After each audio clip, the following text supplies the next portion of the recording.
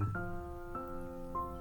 AI বা artificial intelligence বর্তমান সময়ে পুরো বিশ্ব জুড়ে তুমুল আলোচিত এবং জনপ্রিয় একটি বিষয় হচ্ছে আর্টিফিশিয়াল ইন্টেলিজেন্স।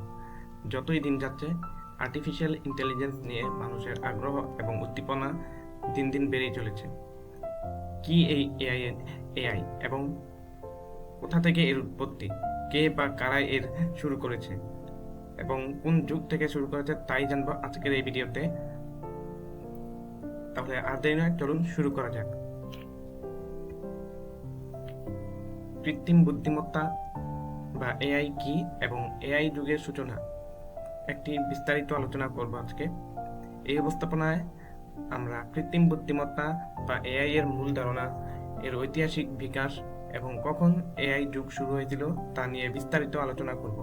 আমরা দেখব কিভাবে প্রাচীন ধারণা থেকে আধুনিক প্রযুক্তিতে এআই বিকশিত হয়েছে এবং এর বর্তমান ও ভবিষ্যতের প্রভাব কি হতে পারে। কৃত্রিম বুদ্ধিমত্তা কি বা এআই কি?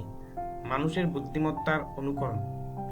এআই হলো কম্পিউটার সায়েন্সের একটি শাখা যা মানুষের বুদ্ধিমত্তা ও সমস্যা সমাধানের ক্ষমতা অনুকরণ করে।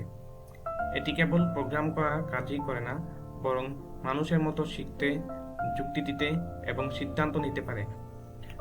ডেটা চালিত শিখন। এআই সিস্টেম ডেটা সংগ্রহ, প্রক্রিয়াকরণ ও বিশ্লেষণের মাধ্যমে শেখে এবং নিজেকে ক্রমাগত উন্নত করে। এর ফলে এটি নতুন পরিস্থিতিতে মানিয়ে নিতে ও পূর্বের অভিজ্ঞতার ভিত্তিতে ভবিষ্যতে সিদ্ধান্ত নিতে সক্ষম হয়। স্বয়ংক্রিয় সিদ্ধান্ত গ্রহণ। সাধারণ কম্পিউটার প্রোগ্রাম থেকে এআই এখানেই আলাদা। এটি নিজে থেকে শেখে এবং পূর্ব প্রোগ্রাম করা নির্দেশনাবলী ছাড়াই স্বাধীনভাবে সিদ্ধান্ত নিতে পারে, যা এটিকে আরও অভিযোজনযোগ্য করে তোলে। কৃত্রিম বুদ্ধিমত্তা এমন এক প্রযুক্তি যা মেশিনকে মানুষের মতো করে চিন্তা করতে, শিখতে এবং সমস্যার সমাধান করতে সাহায্য করে। এআই ধারণার প্রাচীন ইতিহাস। যদিও এআইকে আধুনিক ধারণা মনে করা হয়, এর শেকড় অনেক গভীরে প্রথিত। প্রাচীন গ্রিক সভ্যতায় স্বয়ংক্রিয় যন্ত্র বা অটোমেটনের ধারণা প্রচলিত ছিল। উদাহরণস্বরূপ, কিংবদন্তি আছে যে খ্রিস্টপূর্ব 400 সালে প্লেটোর বন্ধু আর্কিটাস একটি যান্ত্রিক কবুতর তৈরি করেছিলেন যা উড়তে পারত। রেনেসাঁ যুগে লিওনার্দো দা ভিঞ্চি 1495 সালে একটি যান্ত্রিক নাইট তৈরি করেছিলেন যা সম্ভবত মানুষের মতো হাত ও পা নাড়াতে পারত। এই ধরনের ধারণাগুলি ছিল আধুনিক এআই এর সর্বপ্রথম দিকের পূর্বাভাস, যেখানে মানুষ যান্ত্রিক পদ্ধতিতে বুদ্ধিমত্তা অনুকরণ করার স্বপ্ন দেখেছিল।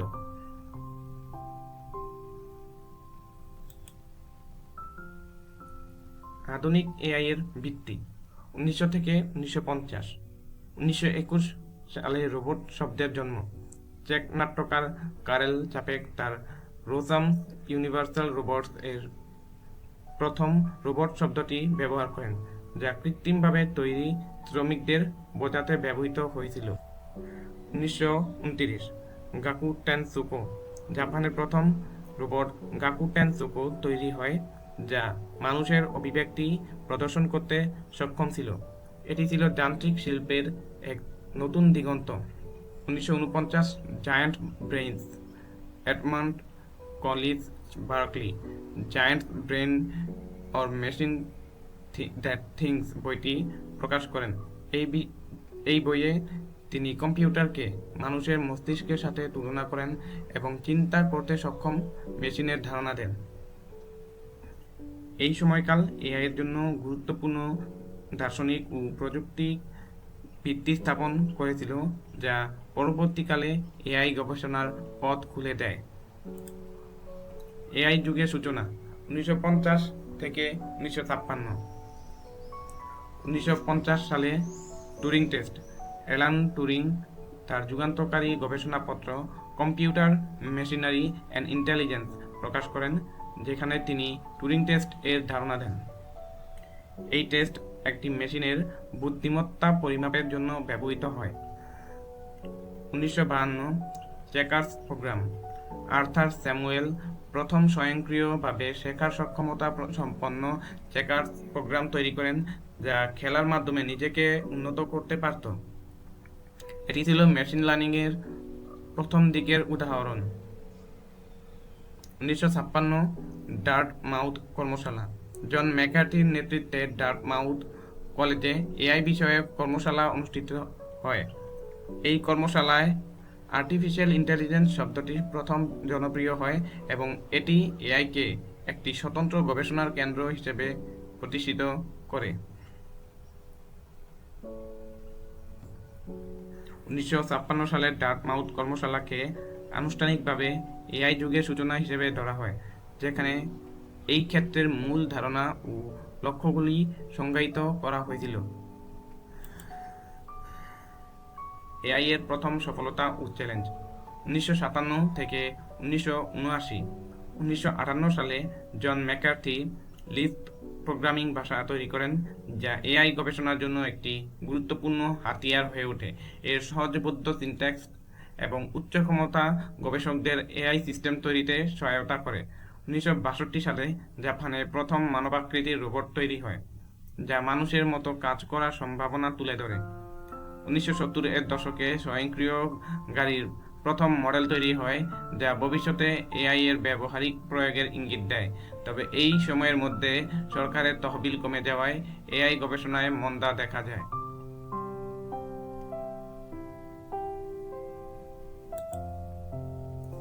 এআই এর শীতল সময়। এআই শীতকাল বা এআই উইন্টার বলতে সেই সময়কালকে বোঝায় যখন এআই গবেষণায় উল্লেখযোগ্য অগ্রগতি না হওয়ায় তহবিল কমে যায় এবং জনসাধারণের আগ্রহ হ্রাস পায়। 1974 থেকে 1980 সাল পর্যন্ত এআই গবেষণায় তহবিল কমে যায় এবং প্রত্যাশিত অগ্রগতি না হওয়ায় এটিকে প্রথম এআই শীতকাল হিসেবে ধরা হয়। এই সময়ে অনেক গবেষক অন্য ক্ষেত্রে চলে যান, তবে 1980 এর দশকে জাপানি সরকারের পঞ্চম প্রজন্মের কম্পিউটার প্রকল্প এবং বিশেষজ্ঞ সিস্টেমের এক্সপার্ট সিস্টেমের সফলতা পুনরায় এআইতে বিনিয়োগ ও আগ্রহ বাড়াতে সাহায্য করে। বিশেষজ্ঞ সিস্টেমগুলি নির্দিষ্ট ক্ষেত্রে মানুষের মতো সিদ্ধান্ত নিতে সক্ষম ছিল। আধুনিক এআই এর উত্থান 2000 থেকে বর্তমান। মেশিন লার্নিং ও ডিপ লার্নিং। 2000 এর দশকে মেশিন লার্নিং এবং ডিপ লার্নিং প্রযুক্তির ব্যাপক বিকাশ ঘটে। বিশাল ডাটাসেট এবং শক্তিশালী কম্পিউটিং ক্ষমতার সহজলভ্যতা এআই এর এই শাখাগুলিকে অভূতপূর্ব সাফল্যে পৌঁছে দেয়। Transformer architecture. 2017 সালে ট্রান্সফর্মার আর্কিটেকচার আবিষ্কার হয়, যা প্রাকৃতিক ভাষা প্রক্রিয়াকরণে বা এনএলপি বিপ্লব ঘটায়। এটি চ্যাটজিপিটি এর মতো বৃহৎ ভাষা মডেল বা এলএলএম তৈরির ভিত্তি স্থাপন করে। ব্যাপক বিনিয়োগ ও গবেষণা। 2020 এর দশকে এআই খাতে বিনিয়োগ ও গবেষণা ব্যাপক বৃদ্ধি পায়, যার ফলে স্বাস্থ্যসেবা, স্বয়ংক্রিয় যানবাহন এবং বিনোদন সহ বিভিন্ন শিল্পে এআই এর প্রয়োগ বিস্তৃত হয়। এই আধুনিক যুগে এআই শুধুমাত্র গবেষণার বিষয় নয়, এটি আমাদের দৈনন্দিন জীবনে একটি অপরিহার্য অংশ হয়ে উঠেছে। এআই এর বর্তমান ও ভবিষ্যৎ।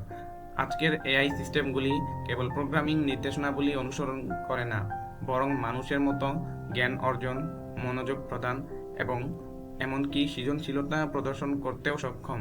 স্বয়ংক্রিয় গাড়ি থেকে শুরু করে স্বাস্থ্যসেবার রোগ নির্ণয়, শিক্ষা ও ব্যবসা সহ বিভিন্ন ক্ষেত্রে এআই এক নীরব বিপ্লব ঘটাচ্ছে। এআই এর দ্রুত অগ্রগতির সাথে সাথে এর নৈতিকতা এবং সমাজের উপর এর প্রভাব নিয়ে বিশ্বব্যাপী আলোচনা চলছে। কিভাবে এআইকে দায়িত্বশীলভাবে ব্যবহার করা যায়, ডেটা গোপনীয়তা বজায় রাখা যায় এবং কর্মসংস্থানে এর প্রভাব মোকাবেলা করা যায় তা নিয়ে নীতি নির্ধারক এবং গবেষকরা কাজ করছেন। উপসংহার। এআই যুগের শুরু থেকে আজ পর্যন্ত এআই এর ধারণা হাজার বছর আগেও মানুষের মনে ছিল, কিন্তু আধুনিক এআই এর সূচনা 1950 এর দশকে, বিশেষ করে ডার্টমাউথ কর্মশালার মাধ্যমে, অ্যালান টুরিং এর টুরিং টেস্ট এবং জন ম্যাকার্থির আর্টিফিশিয়াল ইন্টেলিজেন্স শব্দটি এই ক্ষেত্রের ভিত্তি স্থাপন করে। এআই শীতকালের মতো চ্যালেঞ্জ মোকাবেলা করে এআই এখন আমাদের জীবন ও কাজের ধরন সম্পূর্ণরূপে বদলে দিচ্ছে। ভবিষ্যতে এআই আরও বড় পরিবর্তন আনবে, যার জন্য আমাদের প্রযুক্তিগত প্রস্তুতি ও নৈতিক দৃষ্টিভঙ্গি অপরিহার্য।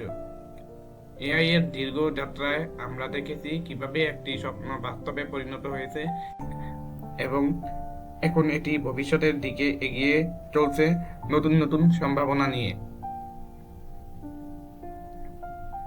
পরিশেষে বলা যায়, এআই আমাদের জীবনে গুরুত্বপূর্ণ একটি অংশ হিসেবে এখন প্রতিষ্ঠিত। আমরা নিত্যদিনে এআই এর ব্যবহার করে চলেছি। ChatGPT, Google Gemini, Microsoft copilot এবং আরও নানা ধরনের এআই আমরা প্রতিদিনই আমাদের বিভিন্ন কাজের ক্ষেত্রে ইউজ করে চলেছি।